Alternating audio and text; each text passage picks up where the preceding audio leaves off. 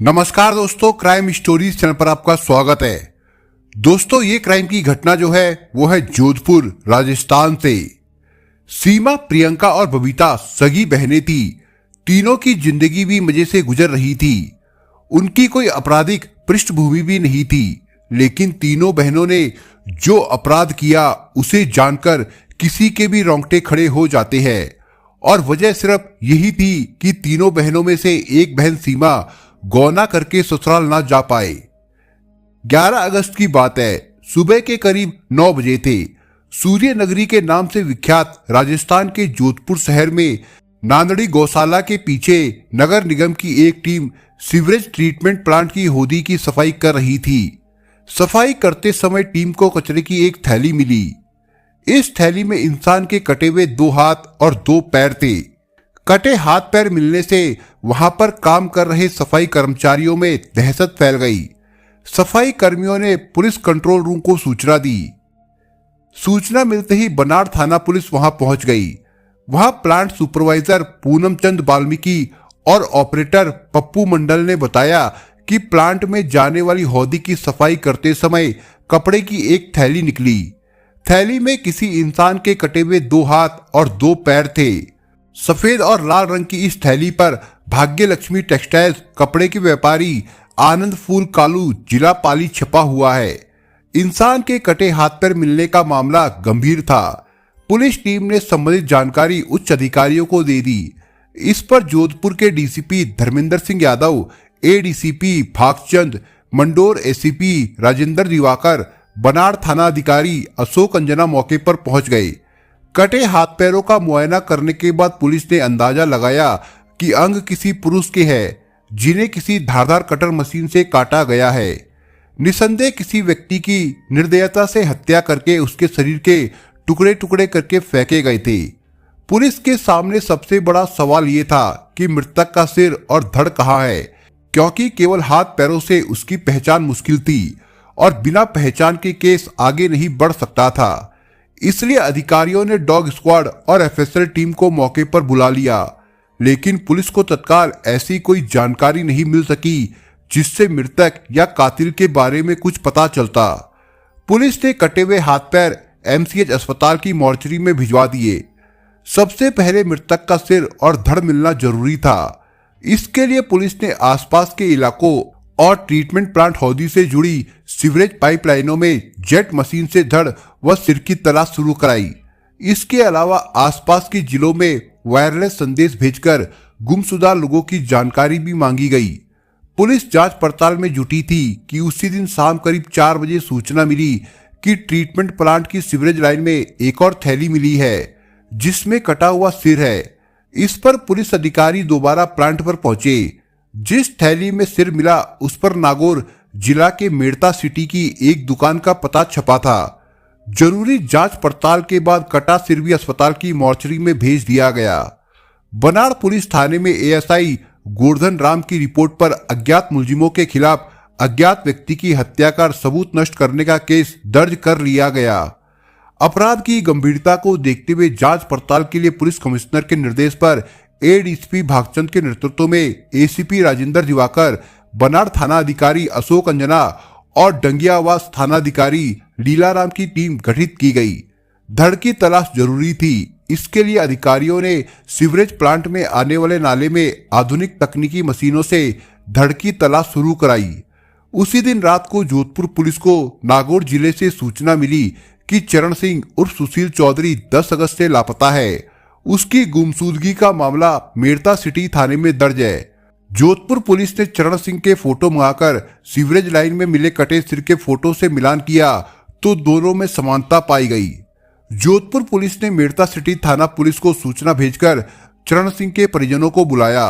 दूसरे दिन यानी 12 अगस्त को मिले कटे अंगों की शिनाख्त मेड़ता के खाकड़ की गांव निवासी 27 साल के चरण सिंह उर्फ सुशील जाट के रूप में हो गई। चरण सिंह की पहचान उसके मामा के बेटे राजेंद्र गोलिया ने की। राजेंद्र गोलिया ने जोधपुर पुलिस को बताया कि 2 महीने पहले ही चरण सिंह राजस्थान सरकार के कृषि विभाग में सहायक कृषि अधिकारी के रूप में नियुक्त हुआ था। उसकी पोस्टिंग नागौर जिले के डेगाना तहसील की कुड़ियाला गांव में थी। चरण सिंह 10 अगस्त को घर से निकला था, लेकिन वापस नहीं लौटा। कटे हुए अंगों की शिनाख्त हो जाने से पुलिस को तहकीकात में कुछ मदद मिली। पुलिस ने चरण सिंह के परिजनों से जरूरी पूछताछ की ताकि कत्ल की वजह और कातिलों का पता लगाया जा सके। पूछताछ में पता चला कि 2013 में चरण सिंह की शादी बोरुंदा निवासी पोकरराम जाट की बेटी सीमा से हुई थी, लेकिन अभी गौना नहीं हुआ था। इन दिनों उसके गौने की बात चल रही थी। ये भी सामने आया कि चरण सिंह के परिवार और उसकी ससुराल वालों के बीच बोरुंदा स्थित एक चूना भट्टे को लेकर कुछ विवाद था। दरअसल चरण सिंह के पिता नेमाराम कई सालों से बोरुंदा में पोकरराम के चूना भट्टे पर काम करते थे। बाद में चरण सिंह की शादी पोकरराम की बेटी सीमा से हो गई। कुछ साल पहले पोकरराम को लकवा आ गया था, तब नेमाराम ने चूना भट्टे का सारा काम संभाल लिया था। बाद में इस भट्टे के मालिकाना हक को लेकर नेमाराम और पोकरराम के बीच विवाद हो गया। नेमाराम अपने बेटे चरण सिंह का गोना करवाना चाहते थे, जबकि पोकरराम के परिवार वाले पहले भट्टे का विवाद सुलझाना चाहते थे। एक तरफ पुलिस मामले की गहराई में जाकर हत्या के कारणों और हत्यारों की तलाश में जुटी थी, वहीं दूसरी तरफ सीवरेज प्लांट से जुड़े नालों और पाइपलाइनों में चरण सिंह के धड़ की तलाश की जा रही थी। इस बीच जोधपुर पुलिस को सूचना मिली कि मेड़ता सिटी में पब्लिक पार्क के पास एक लावारिस मोटरसाइकिल खड़ी मिली है, जो चरण सिंह की है। पुलिस ने इस पब्लिक पार्क के आसपास लगे सीसीटीवी कैमरों की फुटेज खंगाली। इन फुटेज में 10 अगस्त की शाम करीब 4:30 बजे सलवार सूट पहने 2 युवतियां मोटरसाइकिल खड़ी करती नजर आई। चरण सिंह की बाइक पर सवार होकर आई 2 युवतियों से पुलिस ने अनुमान लगाया कि हत्या की कड़ियां उसकी ससुराल से जुड़ी हो सकती है। अब पुलिस ने अपनी जांच का फोकस मानव अंग मिलने वाले जोधपुर के नांदड़ी इलाके के साथ साथ मेड़ता और बोरुंदा पर केंद्रित कर दी। इसमें साइबर टीम के जरिए तकनीकी जानकारियां भी जुटाई गई। पुलिस ने मामले की तह तक पहुंचने के लिए चरण सिंह की पत्नी के अलावा 2 सालियों, 1 साले और चूना भट्टे से जुड़े कई लोगों से पूछताछ की। गहन पूछताछ और जांच पड़ताल कर जरूरी सबूत जुटाने के बाद जोधपुर पुलिस ने 13 अगस्त को सहायक कृषि अधिकारी चरण सिंह उर्फ सुशील चौधरी की हत्या के मामले में उसकी 23 साल की पत्नी सीमा के अलावा 2 बड़ी सालियां 25 साल की प्रियंका और 27 साल की बबीता के साथ प्रियंका के बॉयफ्रेंड भियाराम जाट को गिरफ्तार कर लिया।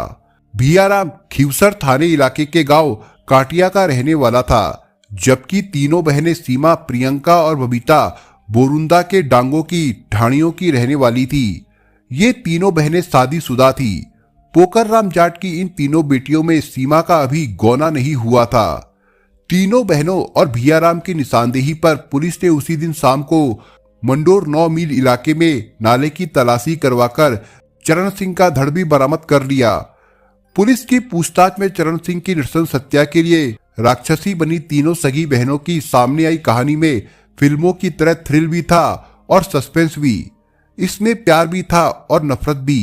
कुल जमा 5 किरदारों की कहानी थी ये किरदार थे पति चरण सिंह, उसकी पत्नी सीमा, साली प्रियंका और बबीता। साथ ही प्रियंका से 15 साल बड़ा उसका बॉयफ्रेंड भियाराम। इसे कथा कहानी पटकथा कुछ भी कहे, इसमें आजाद ख्याल तीनों बहनों की महत्वाकांक्षाएं शामिल थी। अपनी इच्छा से आजाद जीवन जीने के लिए तीनों बहनों ने ऐसा खूनी खेल खेला जिसके बारे में चरण सिंह तो क्या कोई भी सोच नहीं सकता था कि उसकी पत्नी और सालियां ऐसा कुछ करेंगी। हत्या के आरोपी तीनों बहनों और भियाराम से पूछताछ में जो कहानी सामने आई वो इस प्रकार है। बोरुंदा के डांगों के रहने वाले पोकरराम की 7 बेटियां हैं और 1 बेटा है। पोकरराम का बोरुंदा में चूना भट्टा था। इससे उसकी ठीक ठाक कमाई हो जाती थी। इसी कमाई से उसने एक एक करके 7 बेटियों की शादी कर दी थी।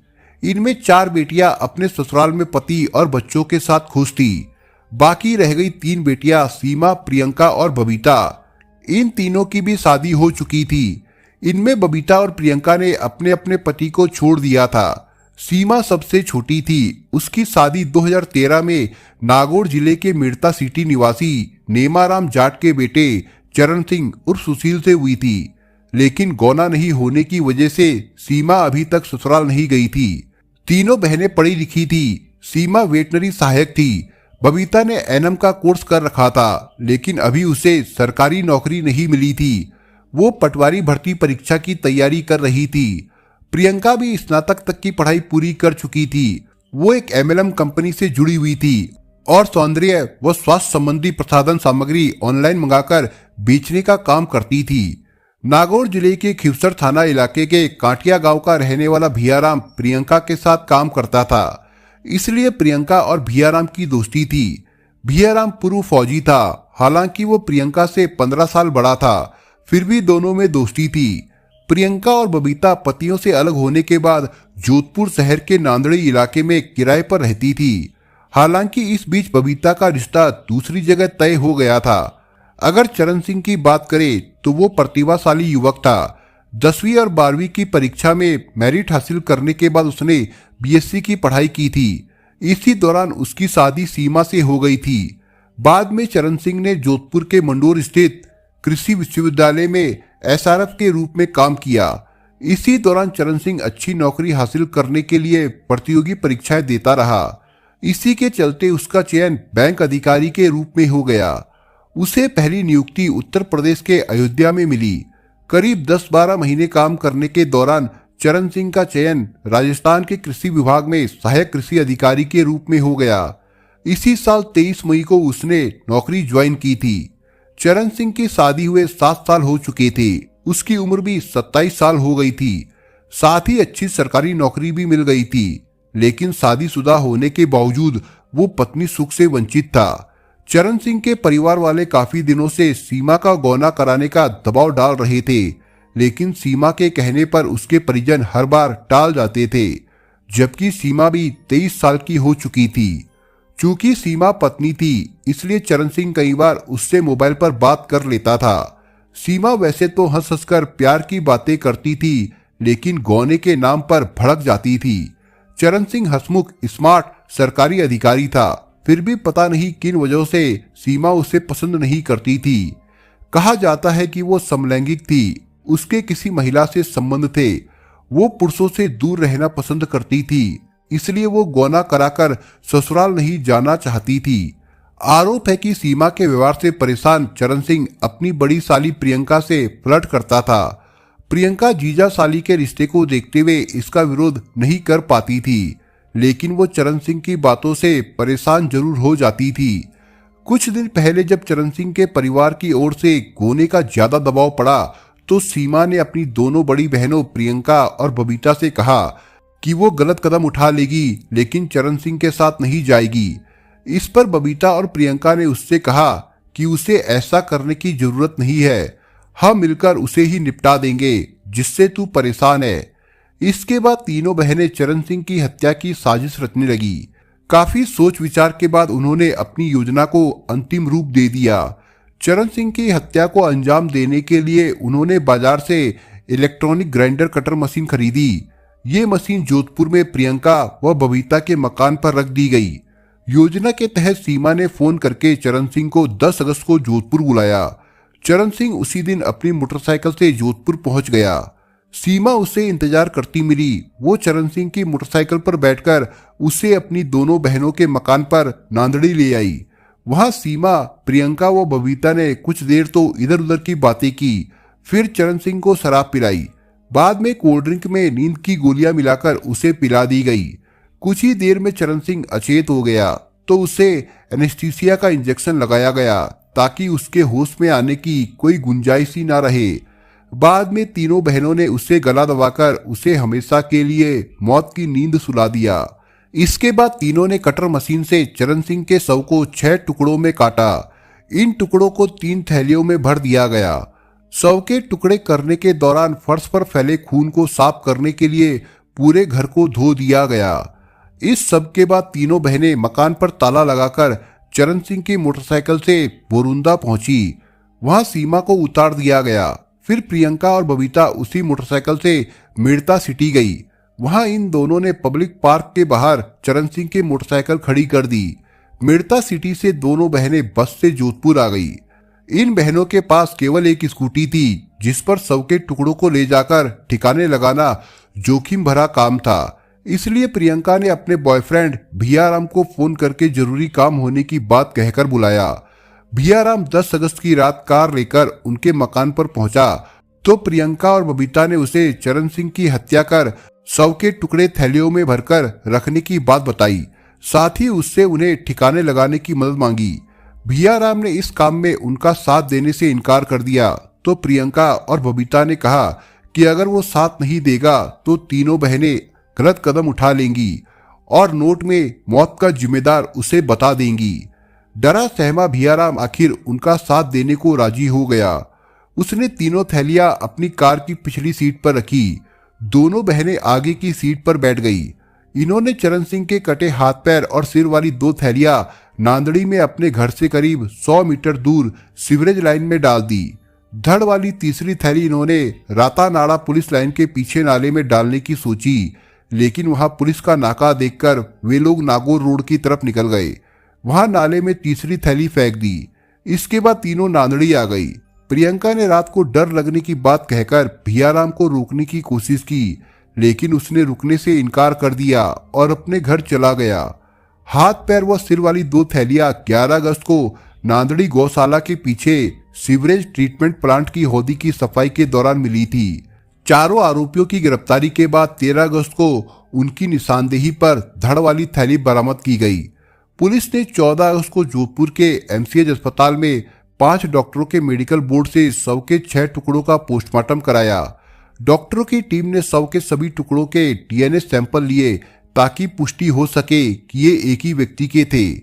तीनों बहनें इतनी शातिर निकली कि जब चरण सिंह के लापता होने और मेड़ता सिटी थाने में गुमशुदगी दर्ज होने की खबरें सोशल मीडिया पर चलने लगी तो उन्होंने चरण सिंह के रिश्तेदारों को फोन करके पूछा कि वे कहाँ गायब हो गए। पुलिस ने 12 अगस्त को जब तीनों बहनों से अलग अलग पूछताछ की तो वे पूरे आत्मविश्वास से पुलिस को छकाती रही और चरण सिंह की हत्या में अपना हाथ होने से इनकार करती रही। बाद में पुलिस ने भियाराम को भी हिरासत में ले लिया और सीसीटीवी फुटेज सहित अन्य कई सबूत उनके सामने रखकर पूछताछ की तो वे टूट गई और चरण सिंह की हत्या कर उसके शव के टुकड़े कर सीवरेज के नालों में फेंकने की बात स्वीकार कर ली। इसके बाद 13 अगस्त को चारों को गिरफ्तार कर लिया गया। पति चरण सिंह से नफरत करने वाली सीमा ने अपनी आजादी और शौक पूरे करने के लिए उसे मौत के घाट उतारकर खुद के साथ अपनी 2 बड़ी बहनों और एक बहन के दोस्त का जीवन बर्बाद कर दिया।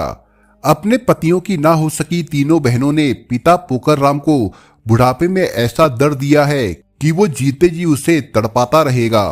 दोस्तों, आप अगर चैनल पर नए हो तो आप चैनल को सब्सक्राइब करने के साथ कमेंट बॉक्स में इस कहानी के बारे में अपने विचार जरूर लिखिएगा। मिलता हूं एक नई कहानी के साथ, तब तक के लिए अपना ख्याल रखिएगा। धन्यवाद।